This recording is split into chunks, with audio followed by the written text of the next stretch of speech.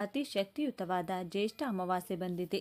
ಈ ದಿನ ನಿಮಗೆ ನಾಯಿ ಕಾಣಿಸಿದರೆ ಈ ಆಹಾರವನ್ನು ತಿನ್ನಿಸಿ ಮತ್ತು ಈ ಒಂದು ಮಾತು ಹೇಳಿದರೆ ಸಾಕು, ಶನಿದೇವರೇ ನಿಮ್ಮ ಮನೆಗೆ ಧನಲಕ್ಷ್ಮಿಯನ್ನು ಕಳಿಸುತ್ತಾರೆ.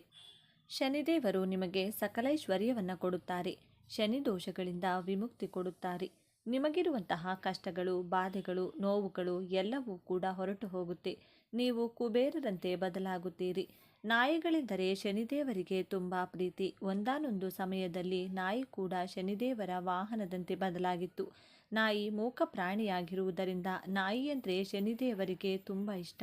ಎಲ್ಲ ಪ್ರಾಣಿಗಳಲ್ಲಿಯೂ ತುಂಬ ವಿಶ್ವಾಸ ಹೊಂದಿರುವಂಥ ಪ್ರಾಣಿ ನಾಯಿ. ಆದಿಮಾನವನ ಕಾಲದಿಂದಲೂ ಮನುಷ್ಯರು ನಾಯಿಯನ್ನು ಸಾಕು ಪ್ರಾಣಿಯಂತೆ ಬೆಳೆಸುತ್ತಿದ್ದಾರೆ. ಬೇಟೆಗಾರರು ಬೇಟೆಯಾಡುವುದರಲ್ಲಿ ಸಾಕು ಪ್ರಾಣಿಯಾದ ನಾಯಿಯನ್ನು ಉಪಯೋಗಿಸುತ್ತಿದ್ದರು. ಇತರ ಪ್ರಾಣಿಗಳಿಗಿಂತ ನಾಯಿ ತುಂಬ ಬುದ್ಧಿವಂತಿಕೆಯನ್ನು ತೋರಿಸುತ್ತದೆ. ನಾಯಿ ವಾಸನೆ ನೋಡಿ ಯಾವುದನ್ನಾದರೂ ಕಂಡುಹಿಡಿಯುವ ಶಕ್ತಿಯನ್ನು ಹೊಂದಿದೆ. ಆದ್ದರಿಂದಲೇ ಕಳ್ಳರನ್ನು ಹಿಡಿಯಲು ನಾಯಿಗಳನ್ನು ಬಳಸುತ್ತಾರೆ. ಮನುಷ್ಯರಿಗೆ ಕಾಣಿಸದಂತೆ ಕೆಲವು ಶಕ್ತಿಗಳು ನಾಯಿಗಳ ಕಣ್ಣಿಗೆ ಕಾಣಿಸುತ್ತದೆ ಎಂದು ವಿಜ್ಞಾನಿಗಳು ಕೂಡ ಹೇಳುತ್ತಿದ್ದಾರೆ. ನಾಯಿಗಳಿಗೆ ಅಲೌಕಿಕ ಶಕ್ತಿಗಳಿವೆ ಎಂದು ನಮ್ಮ ಶಾಸ್ತ್ರಗಳು ಹೇಳುತ್ತವೆ. ನಾವು ನೋಡಲಾರದಂಥ ನಕಾರಾತ್ಮಕ ಶಕ್ತಿ ಹಾಗೂ ಸಕಾರಾತ್ಮಕ ಶಕ್ತಿಯನ್ನು ಕೂಡ ನಾಯಿ ನೋಡುತ್ತದೆ. ಈ ವಿಷಯವನ್ನು ಜ್ಯೋತಿಷ್ಯ ಶಾಸ್ತ್ರ ನಿಪುಣರು ಬಲವಾಗಿ ನಂಬುತ್ತಿದ್ದಾರೆ. ಗ್ರೀಕರ ಕಾಲದಿಂದಲೂ ನಾಯಿಗಳ ಬಗ್ಗೆ ವಿಧ ವಿಧವಾದ ನಂಬಿಕೆಗಳಿದೆ. ಧರ್ಮರಾಜ ಸ್ವಂತ ನಾಯಿಯ ಜೊತೆ ಸ್ವರ್ಗಕ್ಕೆ ತಲುಪಿದರು. ನಾಯಿಗಳನ್ನು ನಮ್ಮ ಜೊತೆಯಲ್ಲಿಟ್ಟುಕೊಂಡು ಪ್ರೀತಿಯಿಂದ ನೋಡಿಕೊಂಡ್ರೆ ಸ್ವರ್ಗದ ದಾರಿ ಸುಲಭವಾಗುತ್ತದೆ ಎಂದು ನಮ್ಮ ಹಿರಿಯರು ಹೇಳುತ್ತಾರೆ. ಅಷ್ಟಕ್ಕೂ ಈ ದಿನ ನಾಯಿ ಕಾಣಿಸಿದರೆ ಯಾವ ಆಹಾರ ತಿನ್ನಿಸಬೇಕು ಅಂತ ಈಗ ನಾವು ನೋಡೋಣ. ಆದರೆ ಅದಕ್ಕೂ ಮುಂಚೆ ನೀವಿನ್ನೂ ನಮ್ಮ ಚಾನಲ್ನ ಸಬ್ಸ್ಕ್ರೈಬ್ ಮಾಡ್ಕೊಂಡಿಲ್ಲ ಅಂದರೆ ಖಂಡಿತ ಈಗಲೇ ಸಬ್ಸ್ಕ್ರೈಬ್ ಮಾಡ್ಕೊಳ್ಳಿ. ಹಾಗೆ ಈ ವಿಡಿಯೋ ಇಷ್ಟ ಆದರೆ ಮರೆಯದೆ ಒಂದು ಲೈಕ್ ಕೊಡಿ. ಎಲ್ಲರೂ ಭಕ್ತಿಯಿಂದ ಓಂ ಶ್ರೀ ಶನೇಶ್ವರ ನಮಃ ಅಂತ ಕಮೆಂಟ್ ಮಾಡಿ. ನಾಯಿಗಳು ಪ್ರತಿ ಬೀದಿಯಲ್ಲೂ ಕಾಣಿಸುತ್ತವೆ. ಪ್ರತಿ ಮನೆಯಲ್ಲೂ ಕೂಡ ಕಾವಲು ಕಾಯುತ್ತವೆ. ಬೀದಿ ನಾಯಿಗಳಿಗೆ ಪ್ರತಿದಿನ ಯಾವುದಾದರೂ ಒಂದು ಆಹಾರ ಕೊಡುತ್ತಿದ್ರೆ ತುಂಬ ಒಳ್ಳೆಯದೆಂದು ನಮ್ಮ ಶಾಸ್ತ್ರಗಳು ಹೇಳುತ್ತದೆ. ಕೆಲವರಿಗೆ ಮೂಕ ಪ್ರಾಣಿಗಳನ್ನು ನೋಡಿದರೆ ಏನೋ ಒಂಥರ ಕೇರ್ಲೆಸ್, ಸುಖ ಸುಮ್ಮನೆ ಅವುಗಳನ್ನು ಹೊಡಿತಾ ಇರ್ತಾರೆ. ಆ ರೀತಿ ಯಾವ ಪ್ರಾಣಿಗಳನ್ನು ಹಿಂಸೆ ಮಾಡಿದರೂ ದೇವರ ಕೋಪಕ್ಕೆ ಗುರಿಯಾಗಲೇಬೇಕು. ಇನ್ನು ನಾಯಿಗಳ ವಿಷಯಕ್ಕೆ ಬಂದರೆ, ನಾಯಿಗಳಿಗೆ ಸುಮ್ಮನೆ ಹಿಂಸೆ ಕೊಟ್ಟರೆ ಶನೇಶ್ವರನ ಕೋಪಕ್ಕೆ ಗುರಿಯಾಗುತ್ತೀವಿ. ನಾಯಿಗಳಿಗೆ ಯಾರು ಹಿಂಸೆ ಕೊಡುತ್ತಾರೋ ಶನೇಶ್ವರ ಅವರಿಗೆ ಹಿಂಸೆ ಕೊಡುತ್ತಾರೋ. ಹಾಗಾಗಿ ಯಾವ ಕಾರಣದಿಂದಲೂ ಮೂಕ ಪ್ರಾಣಿಗಳಿಗೆ ನೋವು ಕೊಡಲು ಹೋಗಬೇಡಿ. ಈ ದಿನ ನಿಮ್ಮ ಕಣ್ಣಿಗೆ ಯಾವುದಾದರೂ ನಾಯಿ ಕಾಣಿಸಿದರೆ ಅದನ್ನು ನಿಮ್ಮ ಮನೆಯ ಹತ್ತಿರ ಕರೆತನ್ನಿ. ಒಂದು ವೇಳೆ ನಿಮ್ಮ ಮನೆಯ ಹತ್ತಿರ ಯಾವ ನಾಯಿ ಇಲ್ಲದಿದ್ದರೆ ನಾಯಿ ಇರುವ ಹತ್ತಿರ ನೀವೇ ಹೋಗಿ. ಆಗಲೇ ಬಿಸಿಯಾಗಿ ತಯಾರಿಸುವಂತಹ ಅನ್ನದಲ್ಲಿ ಹಾಲು, ಸಕ್ಕರೆ ಅಥವಾ ಮೊಸರು ಸಕ್ಕರೆ ಬೆರೆಸಿ ಅದನ್ನು ನಾಯಿಗೆ ತಿನ್ನಲು ಕೊಡಿ. ಆ ರೀತಿ ನಾಯಿ ಅದನ್ನು ತಿನ್ನುತ್ತಿರುವಾಗ ಓಂ ಶ್ರೀ ಶನೇಶ್ವರಾಯ ನಮಃ ಅಂತಾಗಲಿ ಅಥವಾ ನೀಲಾಂಜನ ಸಮಾಭಾಸಂ ರವಿಪುತ್ರಂ ಯಮಗ್ರಜಂ ಛಾಯಾ ಮಾರ್ತಾಂಡ ಸಂಭೂತಂ ತಂ ನಮಾಮಿ ಶನೇಶ್ವರಂ ಅಂತಾಗಲೇ ಈ ಎರಡು ಮಂತ್ರಗಳಲ್ಲಿ ಯಾವುದೋ ಒಂದನ್ನು 3 ಸಲ ಹೇಳಬೇಕು. ಶನಿದೇವರಿಗೆ ನಾಯಿಗಳು ಅಂದರೆ ತುಂಬ ಇಷ್ಟವಾದ್ದರಿಂದ ಅವುಗಳಿಗೆ ಊಟ ಕೊಟ್ಟು ಶನಿದೇವರ ಮಂತ್ರಗಳನ್ನು ಹೇಳುವುದರಿಂದ ಅವರು ಖಂಡಿತ ನಿಮ್ಮನ್ನು ಆಶೀರ್ವದಿಸುತ್ತಾರೆ. ಶನಿದೇವರು ನಿಮ್ಮನ್ನು ಆಶೀರ್ವದಿಸಿದರೆ ಶನಿ ದೋಷಗಳು ನಿವಾರಣೆಯಾಗುತ್ತದೆ. ಹಾಗೆ ಶನಿದೇವರು ನಿಮ್ಮನ್ನು ಆಶೀರ್ವದಿಸಿದರೆ ಮಹಾಲಕ್ಷ್ಮಿಯ ಅನುಗ್ರಹ ಅನ್ನೋದು ಬೇಗನೆ ನಿಮಗೆ ಸಿಗುತ್ತದೆ. ಹಾಗಾಗಿ ನಾಯಿ ಕಾಣಿಸಿದರೆ ಎಲ್ಲರೂ ಕೂಡ ಈ ಚಿಕ್ಕ ಕೆಲಸ ಮಾಡುವ ಮೂಲಕ ಶುಭ ಫಲವನ್ನು ಪಡೆದುಕೊಳ್ಳಿ. ಇನ್ನು ಈ ಅಮಾವಾಸ್ಯೆ ಬಗ್ಗೆ ಶಿವಪುರಾಣದಲ್ಲಿ ಅದ್ಭುತವಾಗಿ ತಿಳಿಸಿದ್ದಾರೆ. ಈ ದಿನ ಶಿವಲಿಂಗದ ಮೇಲೆ ಅರ್ಚಕರು ಬಿಲ್ವ ಪತ್ರೆಯನ್ನು ಇಟ್ಟಾಗ ಅದರ ಮೇಲೆ ಒಂದು ಕಪ್ಪು ಇರುವೆ ಆಕಸ್ಮಿಕವಾಗಿ ಬಿದ್ದು ಎಲ್ಲಿಗೆ ಹೋಗಬೇಕು ಎಂದು ತಿಳಿಯದೆ ಶಿವಲಿಂಗದ ಮೇಲೆ ಸುತ್ತಿ ತನಗೆ ತಿಳಿಯದೆ ಪ್ರದಕ್ಷಿಣೆಯನ್ನು ಹಾಕಿತ್ತಂತೆ. ಈ ಫಲವಾಗಿ ಮರುಜನ್ಮದಲ್ಲಿ ಕಾಶಿ ರಾಜ್ಯಕ್ಕೆ ರಾಜನಾಗಿ ಜನಿಸಿ ಆ ಇರುವೆ ಸಕಲ ಐಶ್ವರ್ಯವನ್ನು ಪಡೆಯಿದಂತೆ. ಆದ್ದರಿಂದ ಈ ದಿನ ಪ್ರತಿಯೊಬ್ಬರೂ ಕೂಡ ನಿಮ್ಮ ಮನೆಗೆ ಸಮೀಪದಲ್ಲಿರ್ತಕ್ಕಂಥ ಶಿವ ದೇವಾಲಯಕ್ಕೆ ತೆರಳಿ ತಪ್ಪದೆ ಶಿವನಿಗೆ ಪ್ರದಕ್ಷಿಣೆಯನ್ನು ಹಾಕಬೇಕು. ಈ ದಿನ ಶಿವನಿಗೆ ಪೂಜೆಯನ್ನು ಮಾಡೋದರ ಜೊತೆಗೆ ಮಹಾಶಕ್ತಿ ಸ್ವರೂಪಿಣಿಯಾದಂತಹ ಪಾರ್ವತಿ ದೇವಿ ಅಂದರೆ ದುರ್ಗಾದೇವಿಯ ಪೂಜೆಯನ್ನು ಮರೆಯದೆ ಮಾಡಿದರೆ ಸರ್ವ ಶತ್ರುಗಳ ಬಾಧೆ ಕಳೆದು ಸರ್ವ ಕಾರ್ಯದಲ್ಲೂ ಯಶಸ್ಸು, ಹಣದ ಸಮಸ್ಯೆಗಳು ದೂರವಾಗುತ್ತದೆ. ಸರ್ವ ಕಾರ್ಯದಲ್ಲೂ ಯಶಸ್ಸು ಉಂಟಾಗಿ ಹಣದ ಸಮಸ್ಯೆಗಳು ದೂರವಾಗ್ತಾ ಹೋಗುತ್ತದೆ. ಈ ದಿನ ಏನು ಮಾಡಬೇಕು ಅಂದರೆ ಮನೆಗೆ ಸಮೀಪದಲ್ಲಿರ್ತಕ್ಕಂಥ ದುರ್ಗಾ ಪರಮೇಶ್ವರಿ ಆಲಯ ಚಾಮುಂಡೇಶ್ವರಿ ಆಲಯ, ಚೌಡೇಶ್ವರಿ ಅಥವಾ ರಾಮದೇವತೆಯ ಆಲಯ ಎಲ್ಲಾದರೂ ಸರಿ, ದುರ್ಗೆಗೆ ಸಂಬಂಧಪಟ್ಟಂತಹ ಆಲಯಕ್ಕೆ ತೆರಳಿ ನಿಂಬೆಹಣ್ಣಿನ ದೀಪವನ್ನು ಹಚ್ಚಿ ನಿಂಬೆಹಣ್ಣಿನ ಮಾಲೆಯನ್ನು ಅರ್ಪಿಸಿ 3 ನಿಂಬೆಹಣ್ಣನ್ನು ದೇವಿಯ ಪಾದದಡಿ ಇಟ್ಟು ಮನೆಗೆ ತಂದು ಒಂದನ್ನು ಮನೆಗೆ ದೃಷ್ಟಿ ತೆಗೆದು ಹೊಡೆದು ಹಾಕಿ ಮತ್ತೊಂದು ನಿಂಬೆಹಣ್ಣನ್ನು ಪಾನಕ ಮಾಡಿ ಮನೆಯ ಮಂದಿಯೆಲ್ಲ ಸೇವಿಸಿ ಉಳಿದ ಮತ್ತೊಂದು ನಿಂಬೆಹಣ್ಣನ್ನು ಸಾಧ್ಯವಾದರೆ ಮನೆಯ ಹೊಸ್ತಿಲಿಗೆ ಕಟ್ ಮಾಡಿ ಹೊಸ್ತಿಲ 2 ಭಾಗದಲ್ಲಿ ಇಡಿ, ಇಲ್ಲ ಮನೆಯ ಹೊರಭಾಗ ಬಾಗಿಲಿಗೆ ಕಟ್ಟಿ.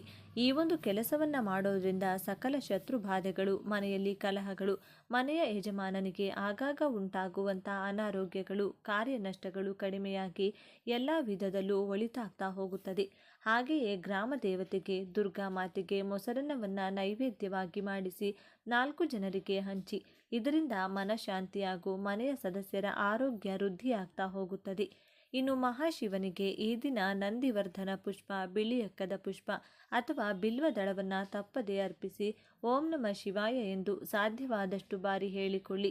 ಯಾರಿಗೆ ಕುಜದೋಷ ಇದೆ, ಮದುವೆ ಭಾಗ್ಯ ಕೂಡಿ ಬರ್ತಿಲ್ಲ, ವಯಸ್ಸು ದಾಟಿದರೂ ಹುಡುಗ ಅಥವಾ ಹುಡುಗಿ ಸೆಟ್ ಆಗ್ತಿಲ್ಲ ಅಂದರೆ ಎತ್ತುಗಳಿಗೆ ಮರೆಯದೆ ಬೆಲ್ಲದಿಂದ ಮಾಡಿದಂಥ ಸಿಹಿಯನ್ನು ತಿನ್ನಿಸಿ ಅಥವಾ ಬೆಲ್ಲದ ಚೂರನ್ನು ಮೇವಿನ ಜೊತೆಗೆ ತಿನ್ನಿಸಿದರೂ ಕೂಡ ಶಿವಾನುಗ್ರಹದಿಂದ ಕಂಕಣ ಭಾಗ್ಯ ಕೂಡಿ ಬರುತ್ತದೆ. ಕುಜದೋಷಗಳು ದೂರವಾಗುತ್ತದೆ, ಜಾತಕ ದೋಷಗಳು ನಶಿಸಿ ಹೋಗುತ್ತವೆ. ಇನ್ನು ಪ್ರಸ್ತುತ ಕಾಲದಲ್ಲಿ ಎಲ್ಲರಿಗೂ ಇರುವಂತಹ ಅತಿ ಮುಖ್ಯ ಸಮಸ್ಯೆ ಅಂದರೆ ಅದು ಹಣಕಾಸಿನ ಸಮಸ್ಯೆ. ಎರಡನೆಯದು ಶತ್ರುಗಳ ಬಾಧೆ. ಈ 2 ಪ್ರಮುಖ ಸಮಸ್ಯೆಗಳು ಈ ಶಕ್ತಿಯಿಂದ ದೂರವಾಗಲು ದೇವಿಯ ಆರಾಧನೆಯನ್ನು ಮಾಡಿಕೊಳ್ಬೇಕು. ದೇವಿಯ ವಿಶೇಷ ಮಂತ್ರವನ್ನು ಪಠಿಸಿ ಈ ರೀತಿ ಪ್ರಾರ್ಥನೆಯನ್ನು ಮಾಡಿಕೊಳ್ಬೇಕು.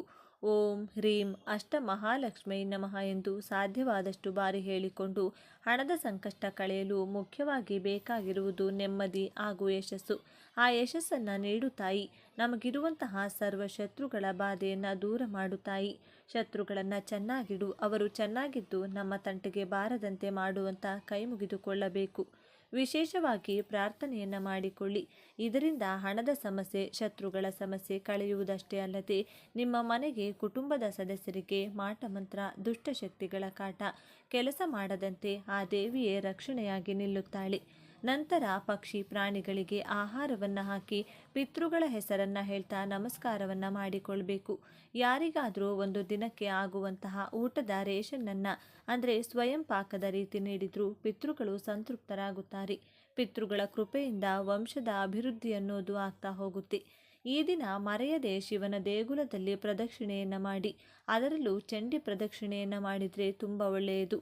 ಹಾಗೆಯೇ ಈ ದಿನ ಮತ್ತೊಂದು ಪ್ರತ್ಯೇಕತೆ ಏನೆಂದರೆ, ನವಗ್ರಹಗಳಲ್ಲಿ ಚಂದ್ರನಿಗೆ ಒಮ್ಮೆ ಚರ್ಮದ ಸಮಸ್ಯೆ ಬಂದಾಗ, ಆರೋಗ್ಯದ ಸಮಸ್ಯೆ ಬಂದಾಗ ಮಹಾಶಿವನಿಗೆ ಈ ದಿನ ಗೋವಿನ ಹಾಲು ಹಾಗೂ ಮೊಸರಿನಿಂದ ಅಭಿಷೇಕವನ್ನು ಮಾಡಿ ಆ ಅನಾರೋಗ್ಯ ಸಮಸ್ಯೆಯಿಂದ ಮುಕ್ತಿ ಪಡೆದಿದ್ದನಂತೆ.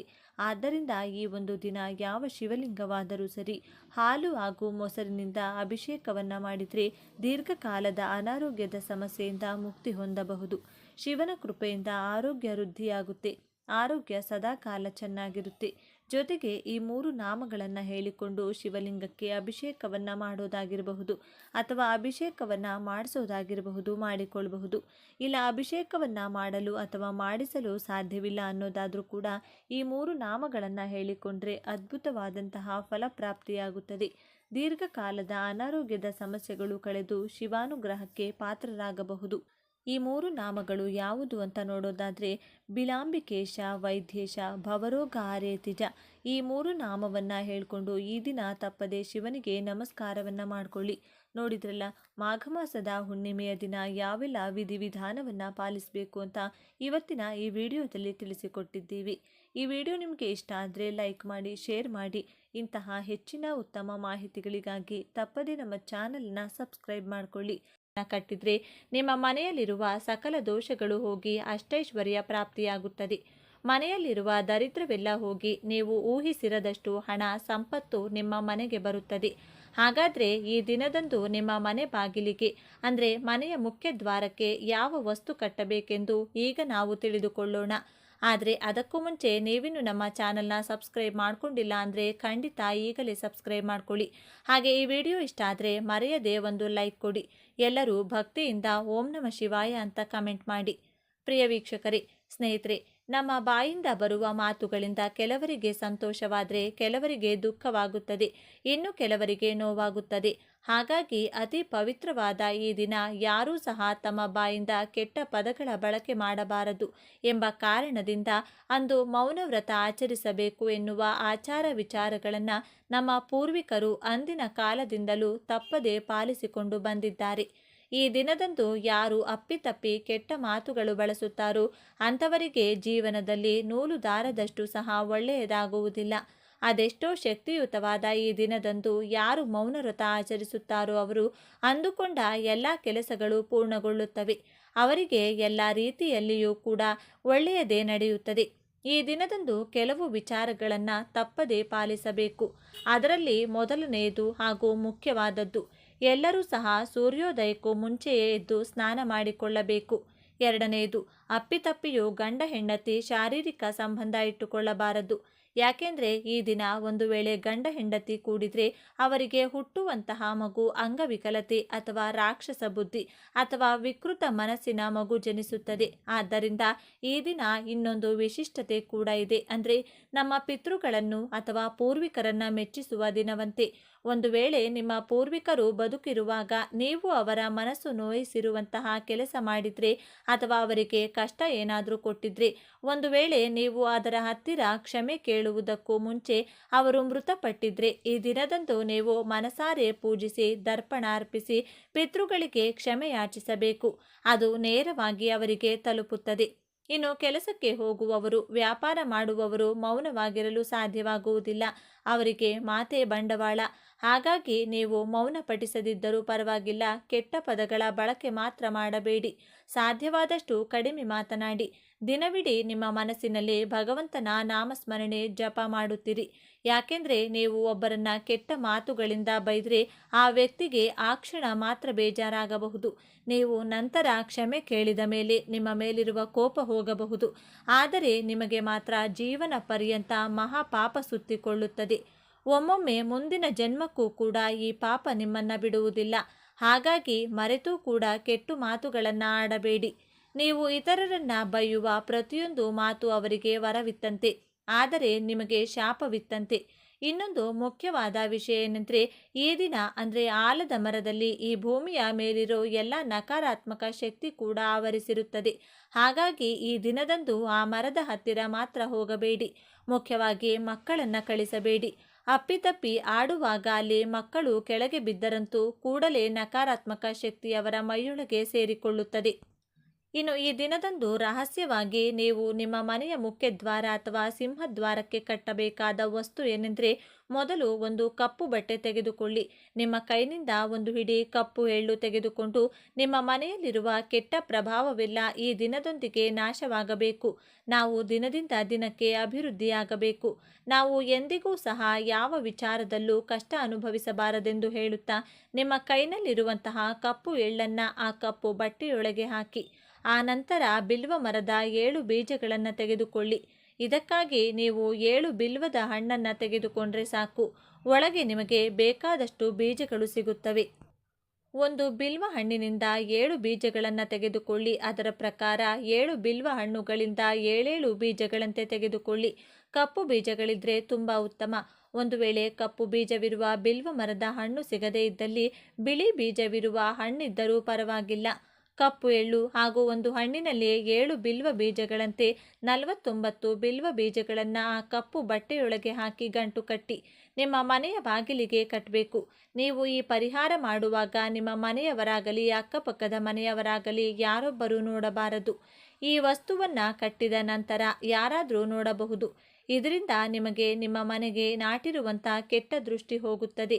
ಒಂದು ವೇಳೆ ಮನೆಗೆ ಬಂದ ಅತಿಥಿಗಳು ಯಾರಾದರೂ ಅದನ್ನು ನೋಡಿದರೆ ಅವರ ಕೆಟ್ಟ ದೃಷ್ಟಿ ಅದು ಕೇಂದ್ರೀಕರಿಸುತ್ತದೆ. ಇದನ್ನು 1 ವರ್ಷದ ಹಾಗೆ ಬಿಡಬೇಕು. 1 ವರ್ಷವಾದ ನಂತರ ಈ ಗಂಟನ್ನು ಹರಿಯುವ ನೀರಿನಲ್ಲಿ ಹಾಕಿ ಮತ್ತೆ ಹೊಸದಾಗಿ ಇದನ್ನು ತಯಾರಿಸಿ ಕಟ್ಟಬಹುದು. ಆದರೆ ಈ ರೀತಿ ಮಾಡೋದ್ರಿಂದ ನಿಮ್ಮ ಮನೆಯಲ್ಲಿ ನಕಾರಾತ್ಮಕ ಶಕ್ತಿ ಎಂದಿಗೂ ಬರುವುದಿಲ್ಲ. ಒಂದು ವೇಳೆ ಈಗಾಗಲೇ ನಿಮ್ಮ ಮನೆಯಲ್ಲಿ ನಕಾರಾತ್ಮಕ ಶಕ್ತಿ ಇದ್ದರೂ ಸಹ ನಿವಾರಣೆಯಾಗುತ್ತದೆ. ಈ ಪ್ರಯೋಗದ ನಂತರ ನೀವು ಮುಟ್ಟಿದ್ದೆಲ್ಲವೂ ಚಿನ್ನವಾಗುತ್ತದೆ. ಅಂದರೆ ಸಕ್ಸಸ್ ಅನ್ನೋದು ನಿಮ್ಮ ಮನೆಯ ಬಾಗಿಲಿನಲ್ಲೇ ಕಾಯುತ್ತಿರುತ್ತದೆ. ನೀವು ದಿನೇ ದಿನೇ ಅಭಿವೃದ್ಧಿಯಾಗುತ್ತೀರಿ. ನಿಮ್ಮ ಮನೆಯಲ್ಲಿ ನೆಮ್ಮದಿಯ ವಾತಾವರಣ ಮೂಡುತ್ತದೆ. ಇನ್ನು ಅತ್ಯಂತ ಶ್ರೇಷ್ಠ ಹಾಗೂ ಪವಿತ್ರವಾದ ಈ ದಿನದಂದು ದೇವಾನುದೇವತೆಗಳು ಶಿವಕೇಶವರ ಸಮೇತ ಈ ದಿನ ಭೂಲೋಕ ಸಂಚಾರಕ್ಕೆ ಬರುತ್ತಾರೆ. ಈ ದಿನದಂದು ಮನೆಯಲ್ಲಿ ಮಕ್ಕಳಿದ್ದವರು ಮಕ್ಕಳ ಭವಿಷ್ಯದಲ್ಲಿ ಯಾವುದೇ ತೊಂದರೆಗಳನ್ನು ಬರಬಾರದೆಂದರೆ, ದೋಷಗಳು ಬರದೆ ಅವರ ವಿದ್ಯೆ, ಉದ್ಯೋಗ, ಸಾಂಸಾರಿಕ ಜೀವನದಲ್ಲಿ ಸುಖವನ್ನು ಕಾಣಲು ₹1 ನಾಣ್ಯದಿಂದ ಈ ಕೆಲಸವನ್ನು ಮಾಡಬೇಕು.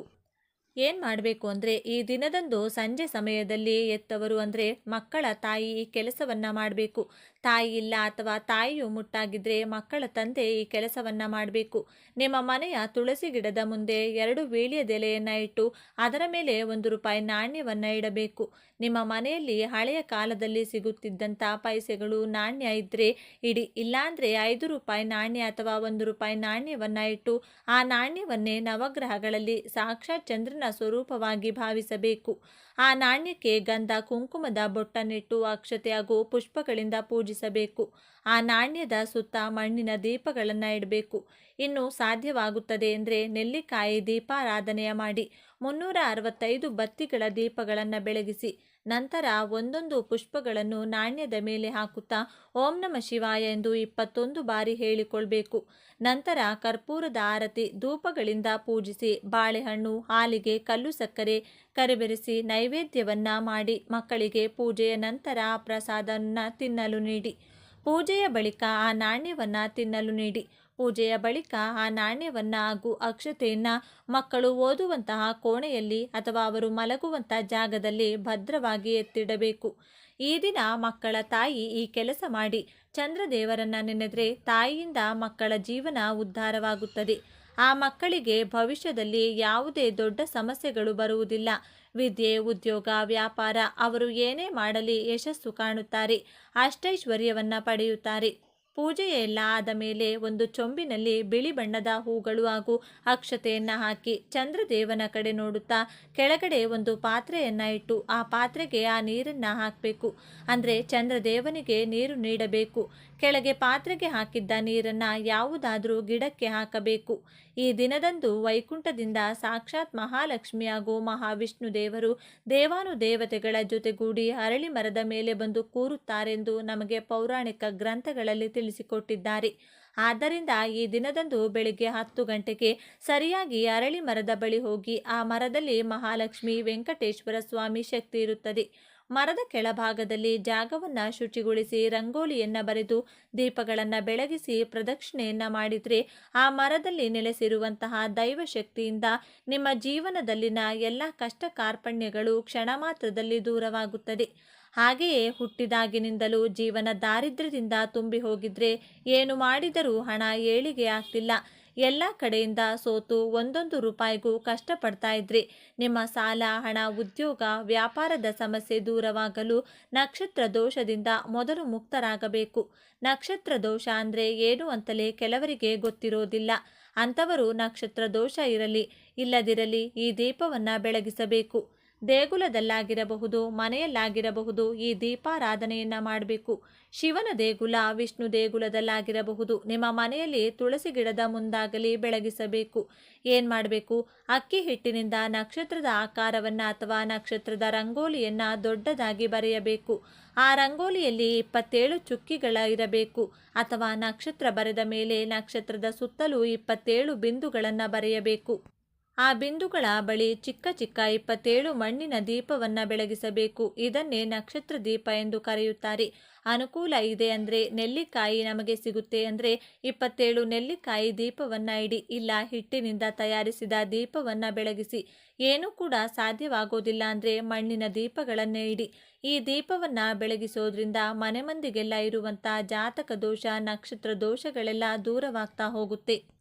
ಕೆಲಸ ಸಿಗ್ತಾ ಇಲ್ಲ ಗುರುಗಳೇ, ಸಾಲ ತೀರ್ತಾ ಇಲ್ಲ, ವಿದ್ಯೆ ತಲೆಗೆ ಹತ್ತುತ್ತಿಲ್ಲ, ಸರ್ಕಾರಿ ಕೆಲಸಕ್ಕೆ ಟ್ರೈ ಮಾಡ್ತಾ ಇದ್ದೀನಿ, ಯಾವುದೋ ಭೂಮಿಯನ್ನು ಸೇಲ್ ಮಾಡಬೇಕಿತ್ತು, ಮನೆಯನ್ನು ಕಟ್ಟಿಸಬೇಕಿತ್ತು, ಯಾವ ಕೆಲಸಗಳು ಆಗ್ತಿಲ್ಲ, ಆರೋಗ್ಯ ಸರಿ ಇಲ್ಲ, ಅದೇನೇ ಇರಲಿ ಈ ಒಂದು ಶಕ್ತಿಯುತವಾದ ದೀಪವನ್ನು ಈ ದಿನ ಬೆಳಗಿಸಿ ಆಮೇಲೆ ನಿಮ್ಮ ಕೆಲಸಗಳು ಯಾವ ರೀತಿ ಆಗುತ್ತೆ ಅಂತ ನೀವೇ ನೋಡಿ.